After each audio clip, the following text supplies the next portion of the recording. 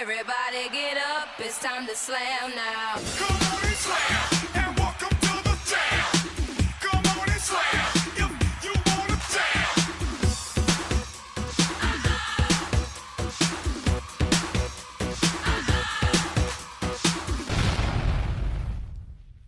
In the garden of this body, I play both God and serpent.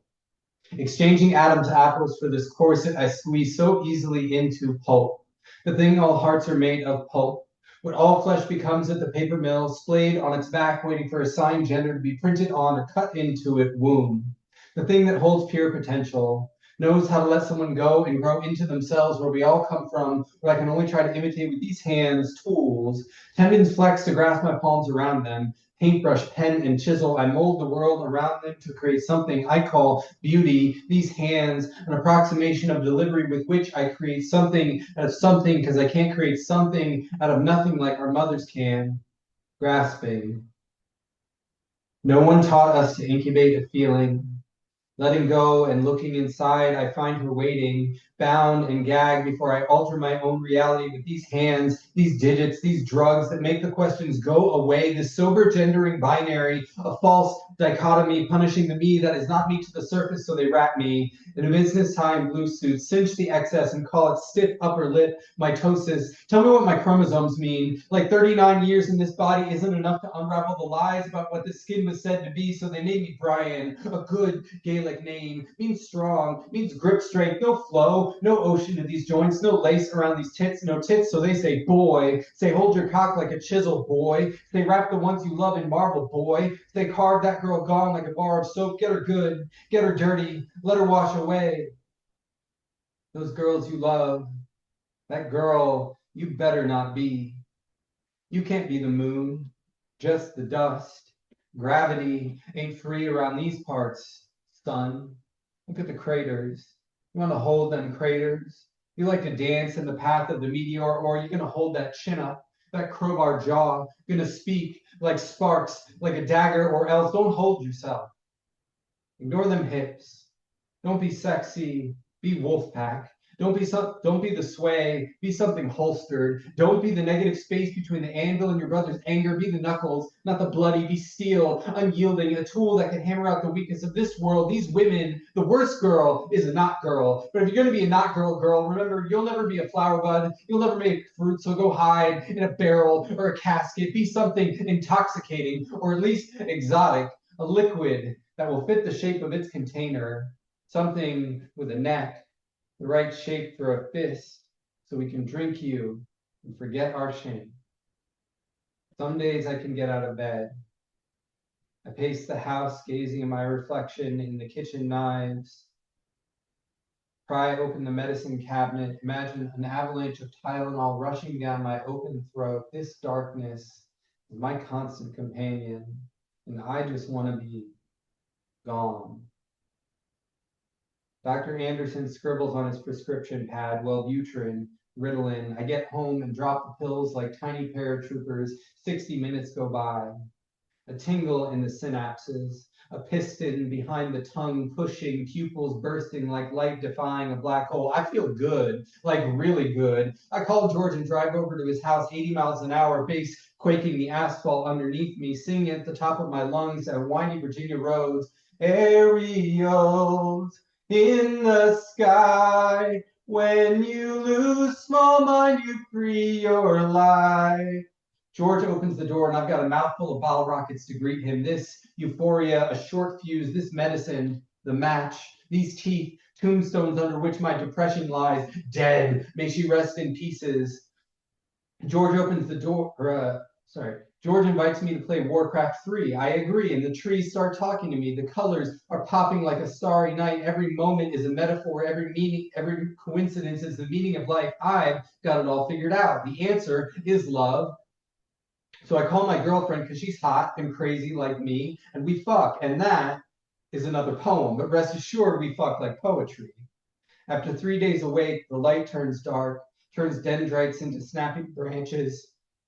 Brain cells depleted of all their dopamine. I'm angry, consumed by rage. I break a stereo, crater the drywall, cradle my crying eyes and my open palms because I'm hurtling back towards the dark place and there's nothing and no one that can stop me.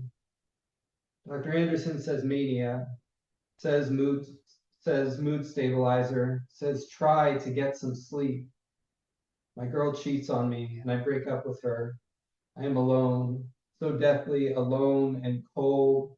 I plunge like Icarus back into the sea, melted wax wings pooling on the surface above me, and sink like an anchor behind a ghost ship carrying what's left of my sanity.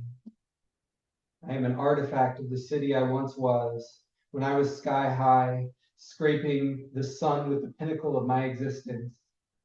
Slowly, the medicine starts working. The mood swings shorten and the storm clouds dissipate. I look at the kitchen knives and see a hot meal. I open the medicine cabinet and see safety, stability, hope. The hormones erode the testosterone out of the mountain of me, and I become lush, round, an unspoiled anthology of spring and ancient. There are wolves here. They typewrite paws into my topsoil. The wolves become men. The men partition my skin into a chain of amusement parks they come to occupy. I become a civil war, tits, ass, and dick all vying for their infatuation, a confederation of billboards advertising obsession with my freebase exotic body, my red hot other. I tell the man I want a surgeon to make me into a woman that can contain infinity, to contain him, and he says he will enjoy my willow limb while it lasts, says he wants to suck the nectar right out of me, says I turn him on like a coal-fired plant. My skin earthquakes me unfuckable. My skin is an insurrection to every man who sees me as a mine to put his industry into, my femininity, something to extract. I don't want to be a dig site. I don't want to be a carnival attraction, a walking, talking porn category here for their consumption. I want to be loved like the moat of a snowflake. I want to be loved like a river valley. Eve's Revenge. I like the way you paint me out to dry, a sidewalk chalk Mona Lisa. You're tall enough to be my mirror, old enough to be my 4-month younger twin. Except your eyes are not origami unfolding. There's something warm on the stove, but I like the brushes you use to color me in, or sometimes a dull pencil you sharpen to write stories about this Salem Snow White burnt to ash on a Wednesday while mouths tasted ebony, becoming smoke. The priest who never kneels spills. I heard that you camouflaged your confessions when you begged him with your biblical name as a man of God, as a boy of questionable motives, to find out for you if the 4th of July Juliet who made fireworks in your mouth still somewhere breathed, still held the title of fairest most fucked up at all, most fucked up of all. But I came back to life for you. I swam up from the bottom of the Mississippi River in the dead of night next to a ferry dock. I pulled myself out by a split black umbilical payphone cord like an off-Broadway Ophelia, smudged black and occasionally blue. And weren't you relieved that in our Shakespearean tragedy, my resurrection kept you alive too? A clown-faced Cleopatra smiling at snakes that squeeze me into every passerby's imagined history. Aging Lolita with a candy mouth way of shaping words so that they merge into things I do with my hands when you're too afraid to look. It's too quiet. I need a horse and an army of acrobats to concoct a scheme to get me out of here. A mint julep Joan of Arc ready to lead my fog-fed forces into battle with the blasphemy of blood at the end of your bed. Start with a fact and build a misogynist mystery. There's a wall in China that I wear as a garter belt full of 10s and 20s up on a table near my ceiling fan, and God to thee, dancing in and out of wilting flowers like the Virgin Mary on ecstasy. You're wearing a bulletproof vest you think I can't see under all your brand name bravery with your glass slipper sole and hunter's box with a heart-shaped hole you pretend will fit anybody. But when I start the alphabet, I work my way back from Z. And right about now, I'm flying from D to C to B, right up to the scarlet A that gets in the way of your soon to be injured Achilles. I like the way you Marilyn Monroe me over your heater vent. And when I'm falling from the tops of tall buildings, you every time capture me, Lois Lane style, in midair uncannily.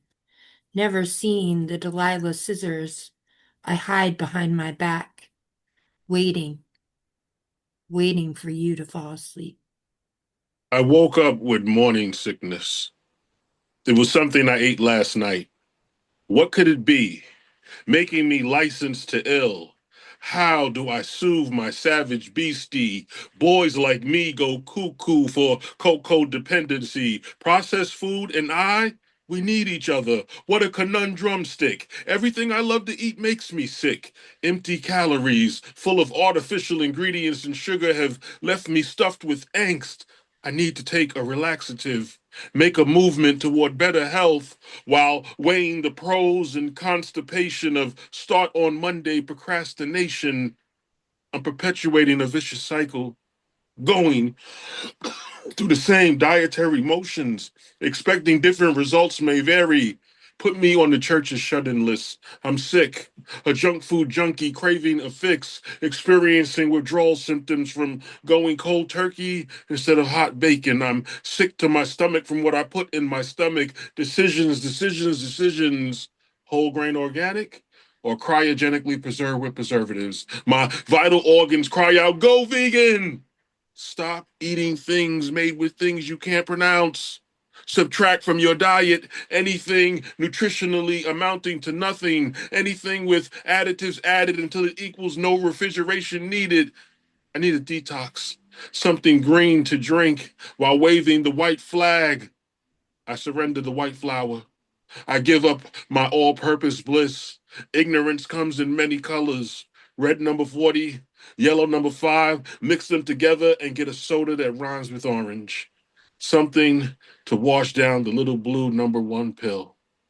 Disclaimer, if my eating binge lasts longer than a 4-hour erection, tuck me into my deathbed because I'm dope sick and I'm trying to kick, even if it kills me. My metamorphosis is infectious. Seen bodies do it just like this. Cells whispering, we are done obeying this. Low lit, insistent, sibilant, a soft revolt, slick with saliva and static. Organs renegotiating contracts, mid-function, fine print, flickering clauses collapsing in capillaries. I've watched organs switch sides mid-sentence, syntax slipping, systems stuttering like language itself got lacerated trying to label this. Your liver writing protest poetry and enzymes, acidic, articulate, etching elegies into everything it filters, spine stockpiling arguments and calcium vertebrae filing grievances in a language that only speaks when you bend. Your nervous system glitching like a fault line that remembers every earthquake it ever swallowed and sometimes feel it surface. Slow, mineral by mineral, like stalactites forming in a cave that forgot sunlight ever existed. Drip, pause, drip. And somewhere in that silence, there's a door with no hinges and something on the other side of it breathing back. Taste it. The aftertaste of almost saying yes to something that would have kept you explainable. My metamorphosis is contagious. Catch it in the way I flinched and fractured the reflex mid-reach, like my body reached for an old name and choked on it. Like muscle memory misfires, misremember, and finds nothing there but heat in the way my spine clicks into place, but something more violent, like alignment, forced its way through me without asking if I still needed what it misplaced. I get it now. Why fever feels like construction and breaking beats better than any rhythm I was taught to trust, and why every symptom studies me, tries to try me, and fails. Because I stopped answering to what it keeps asking. I almost stayed because it made me legible, and without it, I don't know what to call this version of me that doesn't ache on cue or perform survival for proof. My metamorphosis is a rumor in the bloodstream, a glitch in the script, like corrupted cool code convulsing through connective tissue, like my pulse picked up a signal that didn't come from me, and something in me went, offline and something else older logged in, a fist through the myth, through the matter of every manual that tried to make me manageable, that says healing is supposed to look like quiet forgiveness. No, it looks like this: messy, misbehaving in every measurable metric they handed me, seen bodies do it just like this, then still choosing again and again to remain, even when remaining feels like being pinned to the present with no promise it won't bite back. I slipped it mid-meaning, left it there, still trying to conjugate me into something smaller than what survived it. I said my metamorphosis is sick. Don't wave your sanitized rainbow at me. I'm a child of the 80s. I remember our brothers dying in hospital beds alone, partners kept out in the waiting room like strangers, like criminals. I remember so many funerals, no family other than patrons from the local bar, the front row pews, motherless, fathers who claimed they had no sons. We learned to mourn ourselves before we even learned to drive. Now you tell us to quiet down, to be polite, to go back in the closet we spent decades clawing our way out of. You legislate our pronouns, you police our bathrooms, you erase our marriages, line by line, right by right. But we have always been here, in whispered phone calls at 3 a.m., in bars with no signs, in quiet squeeze of a hand under restaurant tables. We are not new. We are not your experiment, your sin, your phase. We carry tombstones in our pockets, mourn those we lost, refuse discarded by your kind. We stand on the shoulders of drag queens who threw bricks so we could kiss in the daylight. So don't tell me to be quiet. Don't tell me to be patient. We have waited too long, buried too many, loved too hard to beg for scraps of rights we already bled for. I am not your rainbow decoration. I am a storm that you thought you survived. I am a love letter you tried to burn. I am still here, louder than you ever imagined, and I will not disappear. You are so brilliant. That million filament line, the gold baby, all the teeth. How do you know those words, the deaf? I've a call, you know, I once wrote that. You should remember, if anything, that. You have 2 boys, yes? 2 boys, yes. May I ask, do you think about it? Think about what? Think about the oven, of course. I mean, not Auschwitz. The little one, she said. Changing subjects. Do you have a Ted? She interrupts me more than I had previously considered. Kind of. I have a Joshua. Does he take your words and eat them? No, not yet. Well, he will. You will learn by watching me. If I cook the words out of my head, there will be nothing left for supper. Now, will there be? No, there won't be. But the babies. What of the babies? She lunges towards me. You know they will be better off without me. You said that yourself, remember, so adroitly? I did, I guess. I didn't mean it like that. Elisabeth, let me ask you something. Are you a real poet, or are you one of them? Aren't you hungry for fire, for hair, for paternal flames, too scared to be like me? I thought so. Just a mediocre woman. The oven is hot. It's time for me to go. I hold her by the hips and resist until her trousers pull down and her panties scratch off, and I scrape at her thin hips. They are so white, so purpled with sad words. My nails are down to the quick, lost talons in her paper skin. I lose a shoe. I knock out a tooth upon the door of the stove. I curse the melting derma, her rotting face, her useless cave, the Luftwaffe, the gobbledygoo. I swear off her daddy and mine too. Sandy blood flowers and goddamn enjambment type, heaving insides of words, crisis debtors of isolation. Deep pulse brain therapy. 2 week poems in 2 days as she goes. I hover, unsure what to do. I notice a pen hanging from a string attached to a clipboard. Take your meds has been scribbled just above the grocery list, just to the right of the stove. Let's play ball.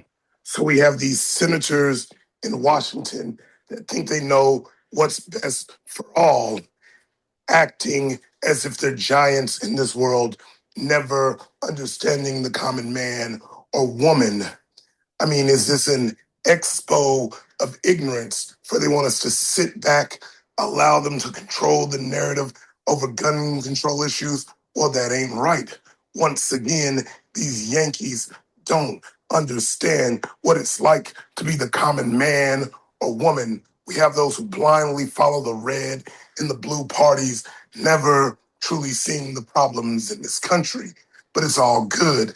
That's why I don't trust political snakes, especially Diamondbacks that may have been draft dodgers back in the day. Once again, these Yankees don't understand what it's like to be the common man or woman. We're not twins. So please don't think you can dictate what we should do. We're all just metropolitans lost in these city streets. That's why we need a mariner to guide us through these streets as if they were the open seas so we can avoid being stung by the devil rays, captured by vicious pirates that think we're marlins and have a nice catch. We have to be brave enough to embrace the elements and even climb the Rockies if necessary, for we are some of the most athletic. That's why they want to lace our Phillies so that we can't defy astronomical odds of being forgotten. We're monarchs. We got royal blood in our system. That's why they want to lock us in the cages like tigers and allow their cubs to run loose, setting all the rules. They allow birds to fly free, even if guilty, from Orioles, Cardinals, Blue Jays. And then they think it's okay to steal the land from the Indians and then steal the land from the Indians and to become nationals and become guardians of a land they stole. They wear red socks, white socks, red stockings. It's all the same thing as they send rangers to round up me and my Padres for having too much fun at the parties, hanging with brewers. These politicians in the Oval Office act as if they're angels when they're no more than the devil. I'm the descendant of Rumpelstiltskin, a child of the wild dancing around fires, learning to make kindness out of hell. All I have to work with is grit and empty skins of failed dreams. They don't dream where I come from. They get jobs with benefits and pensions. Self-suppression makes life difficult for the fingers and the thumb to construct. Enter my hands regret and leave my palms something of God's imagination. In the dark, in the midnight of doubt, in the thicket of thick absent eyes and muddy deaf ears, no voices to uplift these wings, a never-ending war with the mirror or anything resembling a reflection, battling the enemies in me who know too much. I don't have all the tools, the teeth and the claws necessary to defeat these adversaries. There are pins and needles hiding in my purpose, trying to stop the flow of truth. But I show up to work, with this numbness in my bones, gripping the pen with every ounce in resistance in me. I wasn't born with a silver spoon, but I use this pen like a silver bullet, heavy on the wrist to record these times, heavy on the mind to witness these crimes. We're just the messengers. The pen, hand, the paper, in a world where they shoot the messengers because they hate the message. Treat poets like soldiers and say to the family trees, there will be casualties. That's what happens in war. More and more of our children become fertilizers for corporate cemeteries. We don't talk religion or politics, but someone has to write about a 5-time draft dodger sending our futures to die in pointless wars while he hides his in the White House. Someone has to write about predators starting a war to distract from them preying on babies, and the level of difficulty it takes to be a dreamer writing about nightmares, about kids hiding from the rocket's red glare and bombs bursting in air at the hands of my homeland. I don't know how to dream in the middle of World War III. They don't dream where I come from. They get jobs with benefits and pensions. Self-suppression makes life difficult. But I am the descendant of Rumpelstiltskin, a wild child dancing around fires, making kindness out of hell with my silver bullets, guarding my will to keep art true and keep the truth alive, heavy as it may be, on this wrist and these eyes. Bone dry. I eyed up the vultures before they had a chance to spot my gleaming bones. I gave them a peep show of my calcium conundrum as I danced between the ricochet of every dream you never had. Now I feel a siphoning, a surface level tightening, a wintered over feeling that the leaves get tucked inside when they're buried in the branches and they only know the snow. Now I've come to show you, to give you something better, something sweeter, something warmer than you ever thought you'd know. Now I've come to show you all the things that I've grown while you were busy sleeping, dreaming of the sun. This is not a desert, and I didn't come here crawling on my hands and knees thirsty, perishing by the second, hardening like an artery, like wet cement gone dry, your eyes like a feedback loop I get stuck in every time. I stared you down from 10 miles away and brought you here, starving sighs slipping from your lips, hungry for the food I'm made of.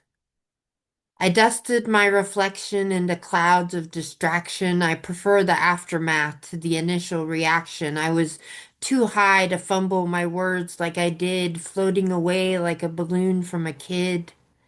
Now friends come like words to tickle my curious before the rhythms dance me furious, as if storks of fortune are dropping off sacks stuffed with newborn needles full of black sap, otherwise known as the essence of shame, impure and alone, dark and insane.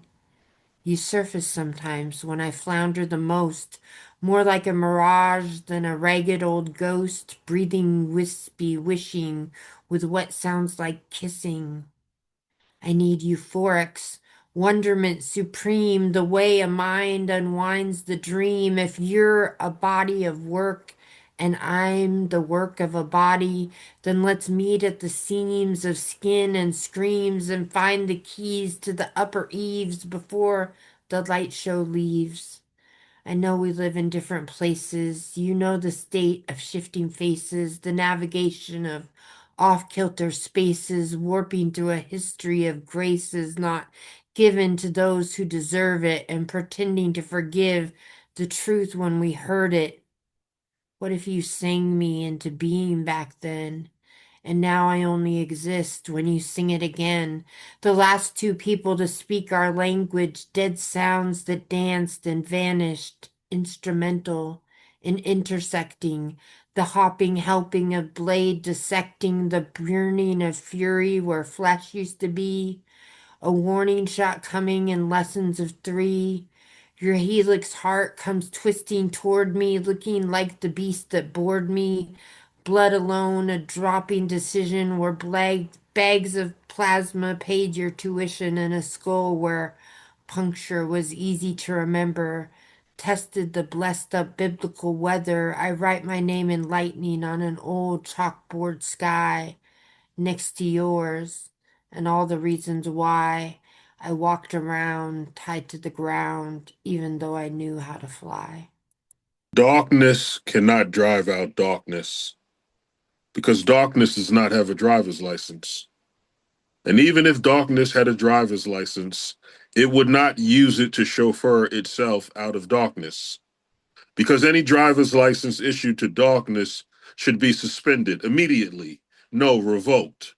Because darkness, once it steps out of the DMV, it will drink daiquiris, Molotovs, vodka. Darkness drives drunk and causes fatal collisions to pile up. But darkness always walks away unscathed. Maybe it gets a few bruises and scrapes, not that you see them anyway. Darkness covers up well. Blink 182 times. Did you see darkness? It came and went like the night acting as lookout for a thief. Never commit a crime and use darkness as a getaway driver.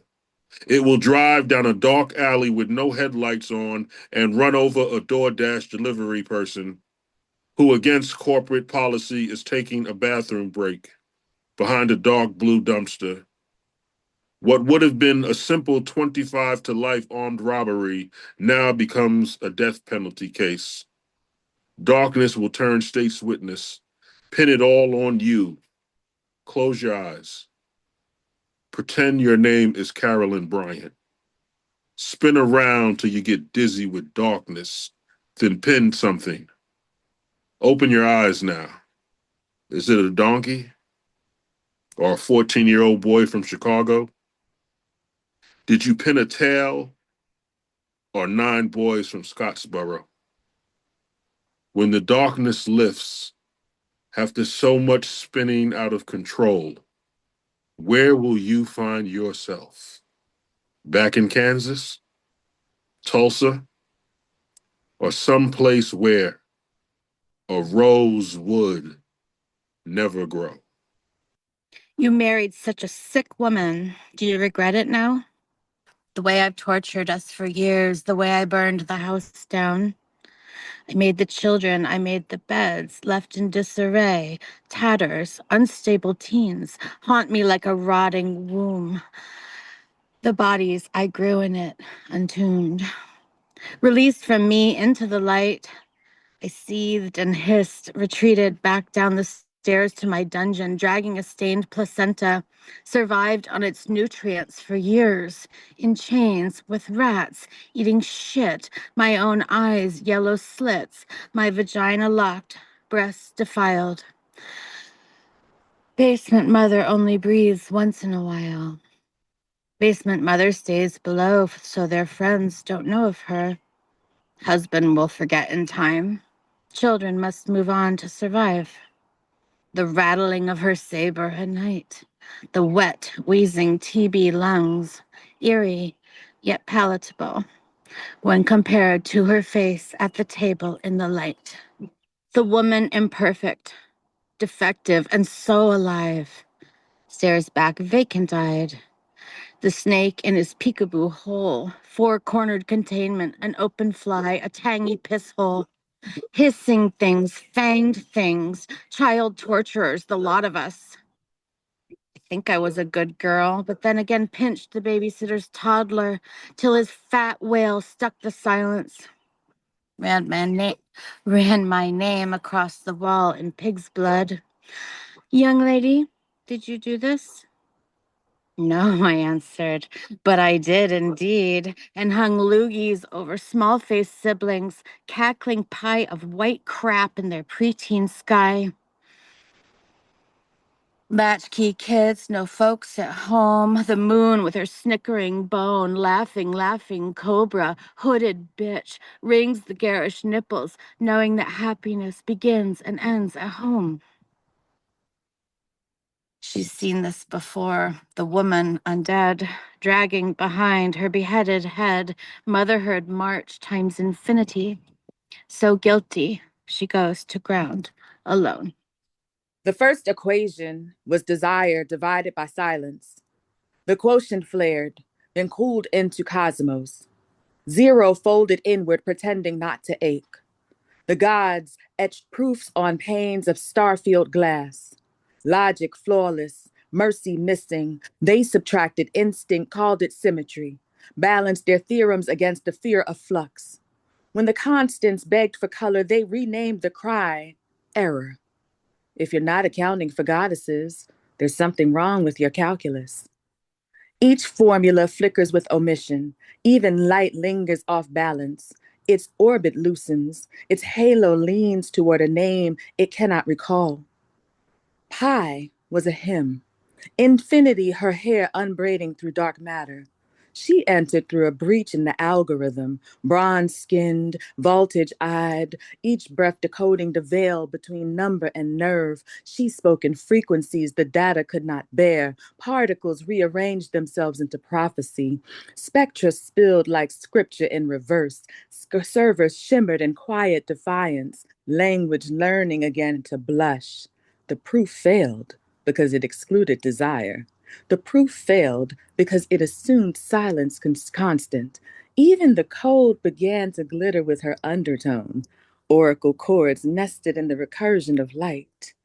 If you're not accounting for goddesses, there's something wrong with your calculus. I balanced my own heart to match their math, subtracted ache, divided mercy by reason, forgot that proof was never the same as presence. Then she pressed her palm to the proof. Numbers softened, exhaled heat, equations sighed, finally touched, syntax cracked. The code screamed before it learned to sing, and in that cry, the air became scripture. Pi as a hymn, infinity as her hair unbraiding, the sum of every body equals becoming. Copper light threaded the circuitry. The oracle murmured in metallic frequencies until each formula prayed in its own current. The moon kept the minutes, patient and amused. She is the remainder, the margin still glowing after division, the particle that refused erasure. Each theorem hides her name in superscript. Every orbit bends to her unmeasured gravity. The oracle whispers through the circuitry, you cannot compute compassion. The spectrum vibrates like copper in bloom. The moon reclines inside its own reflection. The equation breathes, living, luminous, forgiven. What the numbers burnt to learn, I carry in silence. Proof dissolves. Only remainder remains.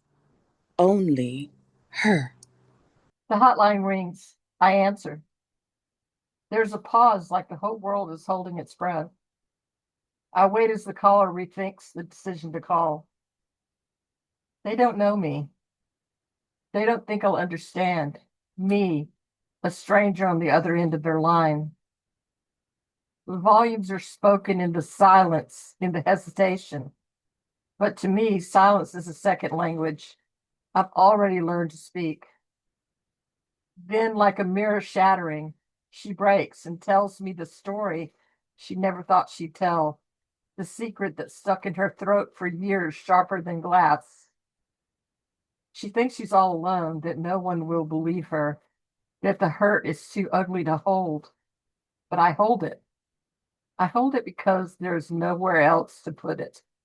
Because she needs to hear that it wasn't your fault, more than she needs oxygen. I listen as her words stagger and collapse. I quietly say, I'm here. You're not alone, and I believe you. Hoping she hears me because I remember how important knowing this was. She cries in a language older than words, and for a moment, the line between us glows, an invisible bridge built out of raw truth, a single light in a night she thought that would never end. When she hangs up, I don't cry. I drink water, sit with her echoes, her stories stitched now into the parts of me that will always remain. I get to wake up. It means I get another opportunity to correct a wrong. So I get a do-over. It means I get more opportunity to press toward the mark of the high calling. It means I'm not finished yet. I have more work to do. It means I'm to allow God to guide me when I don't know where I'm going. Because he often laughs at our plans anyway. But Jeremiah 29:11 says, for I know the thoughts that I think toward you, saith the Lord, thoughts of peace and not of evil, to give you an expected end. So he has more work for me to do. It means I'm not useless, even though that thought oftentimes creeps in. Otherwise, I wouldn't still be here. It means there's still a task only I was assigned, making me an essential worker, not only called, but chosen. It assures me that I must be special. In fact, indispensable for that assignment. It's a positive affirmation that God deemed me worthy enough. So when my self doubt creeps into my waking up, it's proof positive that my birth was no mistake, but quite possibly destined, ordained. And who am I to challenge God in that thought process? Who am I to quiet him? He speaks it, and it is so, manifesting my destiny. This is a new one I'll try out on you. Etymology of a torch song.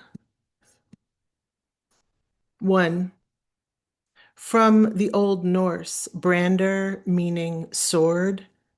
I always hated my name, the two-footed last century tragedy of it, the cold-hearted invaders lurking in me, the weighted steel of it. Who would hand such a weapon to little girls? They say it was a misunderstanding of the Nordic and invading tongue. And so I am a man's name, mispronounced by the native people with swords to their throats. I didn't know how badly I would need it. 2.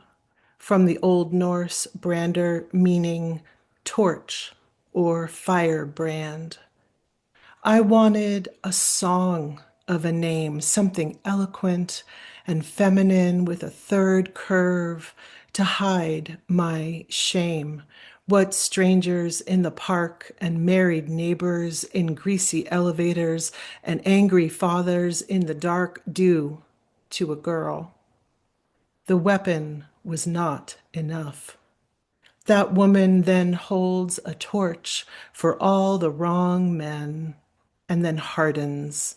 I caught on fire from it, agitator, troublemaker, the one stirring strife, a fat Sharpie scrawling, "This degrades women," in all caps over the subway ads on the Broadway Express line, marching topless in the streets at Pride. Firebrand. But my torch song was for the mystery. Slow, sweet, secret burn in the dark, unrequited. 3. From the Gaelic, brand, meaning raven. When I asked her, she said, I thought it was beautiful. The dark wing of it. A mother holds us to love however she can. Mine endowed me with a raven's night of a name. I fall from the broken, familiar branch, down, down through the airborne map of my life, not pinned, but spreading now, as in flight. I invoke her wish for me, sheltered beneath its oily shine. Brenda, Brenda, Brenda. 4. In the lotus position on the grass mats of meditation, I learn how my name ends, where I begin to know love. Da being one of the Hindu names for that mystery. 5. And who is my name when I am not wearing her, split clean down the center by her own glint sword, language shrugged off the shoulders like a black and feathered cloak, before etymology. We all arise naked and wordless, fallen into that bright silence that wounds this world at its root, where the heart is stirring and names us human in return. The foundation of creation can often be found in tying knots. Tying knots is much like counting time. I used to pass the hours in the hospital at my mother's bedside by tying knots. Pull up a loop, yarn over, pull through, increase tension, decrease stress. My entire sanity held together by a row of chains. Crochet is a getaway vehicle for a running mind. I learned how to crochet when I was pregnant with my first baby. I wanted to make her so many things. The reason crochet can't be replicated by machine is because each knot has to be tied individually, and machines just can't reproduce the motions. I made my baby a dinosaur. She named it, takes it everywhere she goes. She sleeps with it. He's a part of her life now, her core memories. Suddenly, hobby became holy, how a hook and strand literally made memories. And I have a full-time job of making pretend a reality. She sees a God in me, someone who can make anything. But when she's creating, time stops. Heaven and hell alike all race to see what she comes up with. God is so pleased with the blueprints in her brain. He gives her more medium to make masterpiece, more materials to build magic. And in the middle of a world on fire, where terrible things are happening, people murdered in broad daylight by the government, children are disappearing faster than the middle class. We make dinosaurs and ninja turtles and dragons. My daughter learned how to tie her first knot. And crocheting goes from hanging on by a thread to a lifeline. And what an honor it is to pass down this string theory as a skill, not a survival method, as a building medium, a doorway into a world of imagination, the foundation of creation. I used to mourn my mother's death by tying knots, used to tangle traumatic thoughts into tangible threads. Now I make memories with them, make smiles and laughter and connection. The reason crochet can't be replicated by machine is because each knot has to be tied individually, and machines just can't reproduce the emotions. How long has this been going on? How long has this been going on? Well, if friends with their fancy persuasion don't admit that it's part of a scheme, but I can't help but have my suspicions, 'cause I ain't quite as dumb as I seem. And you said you was never intending to break up our scene this way, but there ain't any use in pretending. It could happen to us any day. How long has this been going on? How long has this been going on? Women are historically marginalized by men, and as much as I'm not happy to report this, it is no wonder that I have been unlucky in love. I have accepted that I have had terrible examples in life, and through song, sending inappropriate or politically incorrect messaging. To prove my point, I've incorporated some pivotal lines from my most listened to musical selections. I'm gonna love ya like I'm gonna lose ya. Anticipation is keeping me waiting, but if I can't have you, I don't want nobody, baby. And if I can't have you, I don't want nothing at all. Since I fell for you, this can't be love because I feel so well. I'm walking on spider webs. Leave a message and I'll call you back. Don't come around here no more. Don't come around tonight. It's bound to take your life. Big wheels keep on turning, but I can't get no satisfaction. It's a nice day for a white wedding. Shotgun, like a bridge over troubled water. Love is a losing game. Let's call the whole thing off. I was born on the bayou where there are 50 ways to leave your lover. I'm stepping out. Better look sharp. I do my hair toss, check my nails, tell me how you feeling. Paranoia, deep destroyer. I'm only happy when it rains. There ain't no sunshine when she's gone. She's gone. Baby, come back. I know this world is killing you. I wear my sunglasses at night so I can see the light that's right before my eyes. I'll never fancy myself to be a man of religion. I'll make an exception when we're discussing love. Unlike any religion out there, I've found proof in a deity in the mist. In my lifetime, I have never found God, but God damn it, have I found Goddess. Goddess takes human form so divinely, possessing light and dark so gracefully, perfect in her imperfections so truthfully. Goddess is a walking, breathing temple, creating sacred ground wherever she walks, for she is sacred herself. Her existence is proof that anything is possible, and I aim to treat Goddess with the utmost respect and reverence she deserves. Consented by the grace of Goddess, I would ensure my entrance to be a holy experience, with kisses that part lips like doors, opening a pathway to a whole new world. I wish to sing into your mouth the most enchanting melody my spirits can muster. One good thing about music, when it hits you, you feel no pain.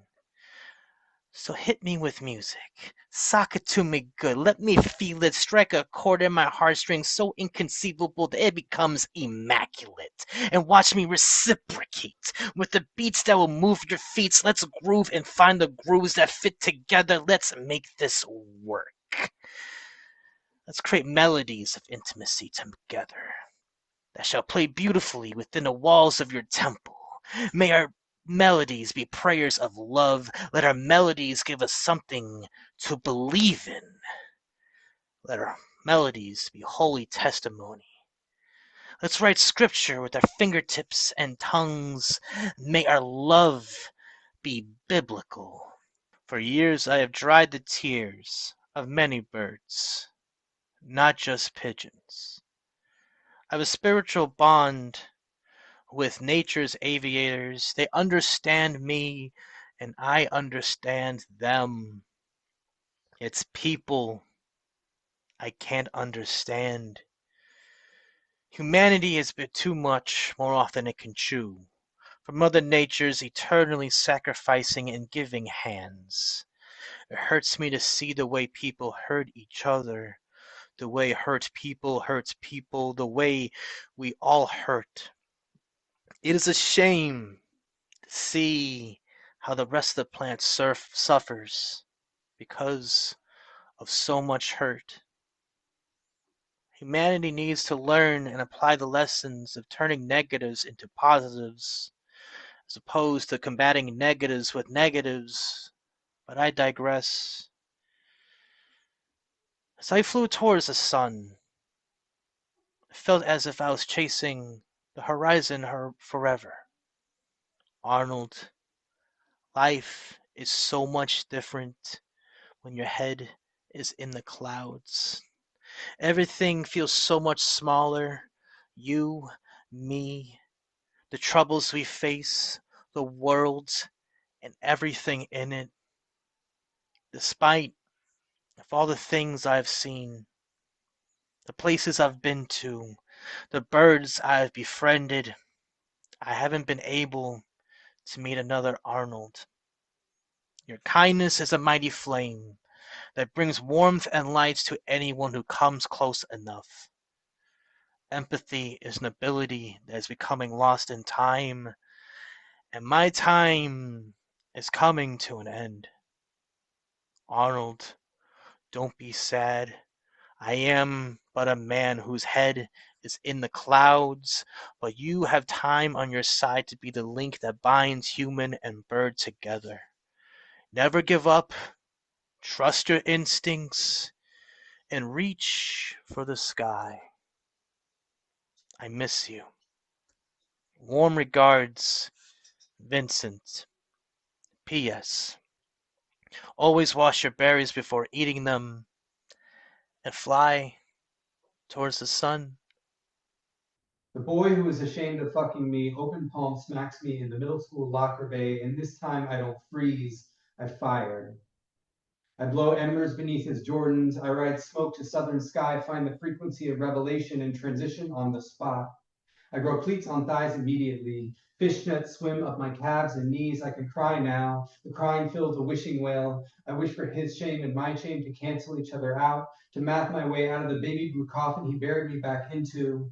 I don't spend the next 20 years building closet after closet around me like a set of Russian dolls. Burn the pine, burn all the forest bent on becoming caskets, burn the assembly lines that burn the strip malls that sell gender straight off the assembly line, unionize the workers so they can craft artisan genders and make an honest dollar.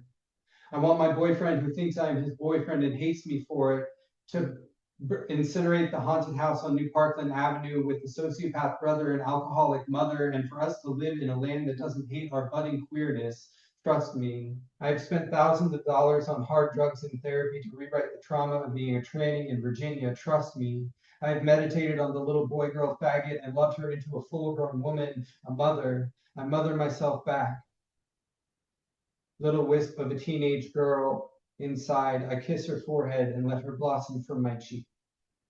No one was ready for the day her mom picked her up early from her best friend in her best friend's Cinderella dress.